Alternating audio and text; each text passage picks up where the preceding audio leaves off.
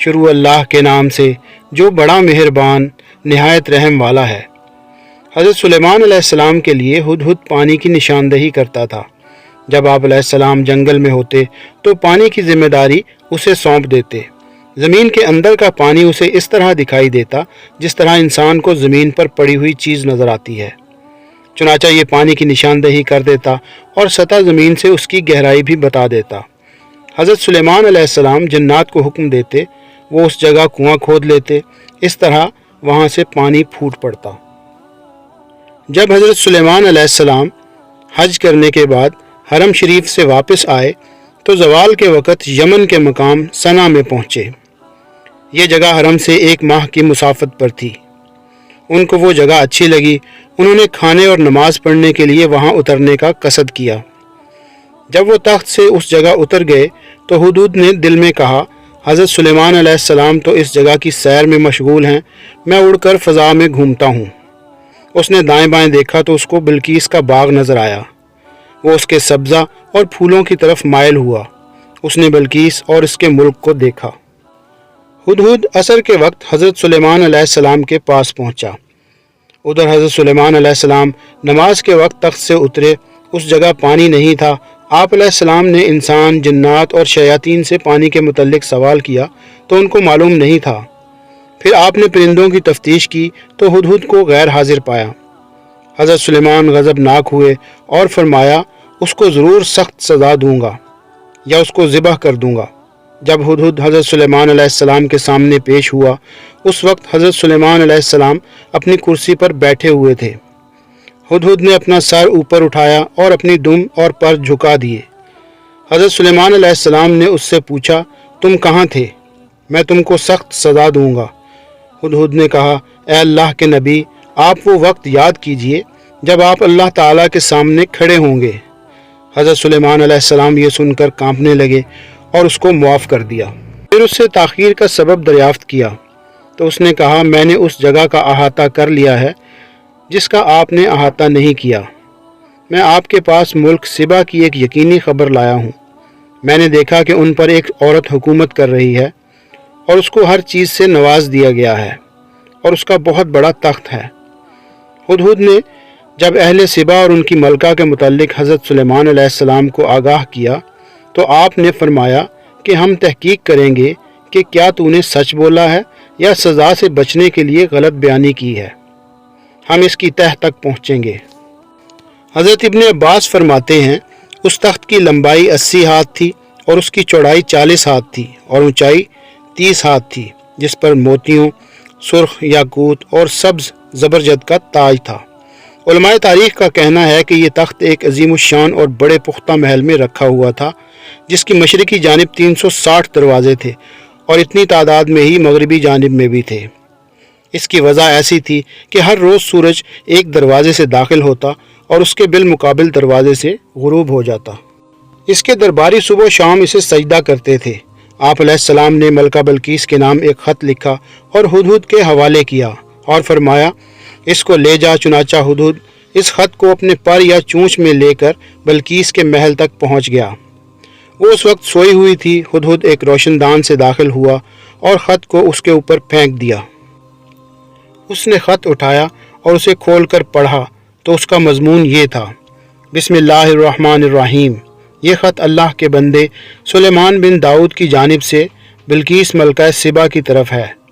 جو ہدایت کی پیروی کرے اس کے لیے سلامتی ہے۔ اما بعد، مجھ پر غلبہ کی خواہش نہ رکھو، میرے پاس اطاعت کرتے ہوئے حاضر ہو جاؤ۔ ملکہ نے شاہی مشیروں کو خط پڑھ کر سنایا اور اس معاملہ میں ان سے مشورہ طلب کرتے ہوئے کہنے لگی کہ میں حضرت سلیمان علیہ السلام کی طرف ایک تحفہ بھیجتی ہوں۔ اگر انہوں نے قبول کر لیا تو وہ بادشاہ ہیں، میں اس سے جنگ کروں گی، لیکن اگر انہوں نے تحفہ قبول نہ کیا تو میں ان کی پیروی کروں گی، کیونکہ وہ نبی ہیں۔ بلقیس نے جو تحفے حضرت سلیمان علیہ السلام کی خدمت میں بھیجے تھے، 500 لونڈیوں کو خوب آراستہ کیا اور 1000 سونے کی اینٹیں، ایک سونے کا تاج جس میں یاقوت اور موتی جڑے ہوئے تھے۔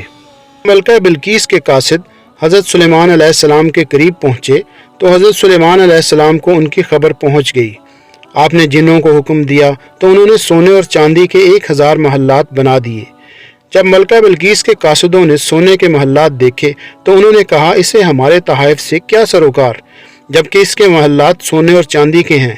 جب وہ تحائف کے ساتھ آپ کی خدمت میں حاضر ہوئے تو حضرت سلیمان علیہ السلام نے تحفہ قبول کرنے سے انکار کر دیا اور انہیں واضح طور پر بتلا دیا کہ مال و دولت سے مجھے کچھ غرض نہیں، نہ ہی میں مال و دولت کی رشوت لے کر اپنے ارادہ سے باز رہ سکتا ہوں۔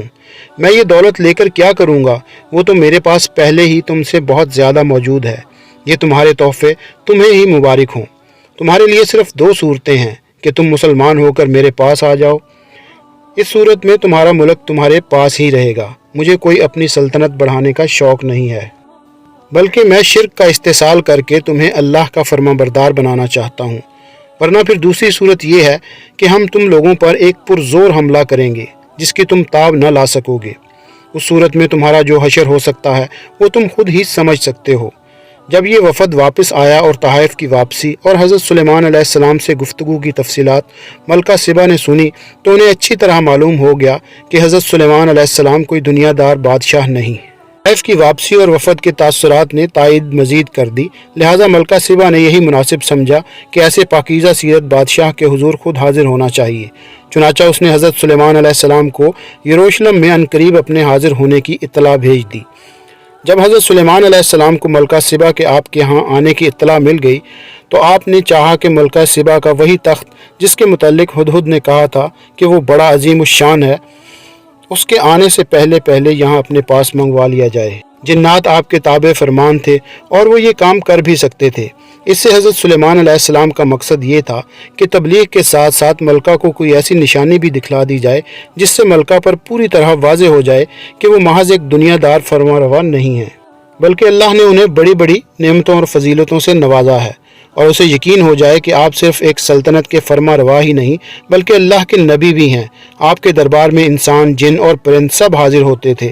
آپ نے سب درباریوں کو مخاطب کر کے پوچھا، تم میں سے کون ہے جو ملکہ سبا کے یہاں پہنچنے سے پہلے اس کا تخت یہاں اٹھا لائے؟ بھاری قد و قامت والا جن بول اٹھا، آپ تو ملکہ کے آنے سے پہلے کی بات کرتے ہیں، میں اس تخت کو آپ کے یہ دربار برخاست کرنے سے پہلے یہاں آپ کے پاس لا سکتا ہوں۔ دربار میں ایک اور شخص بول اٹھا کہ میں اس تخت کو کم سے کم وقت میں آپ کے پاس لا سکتا ہوں۔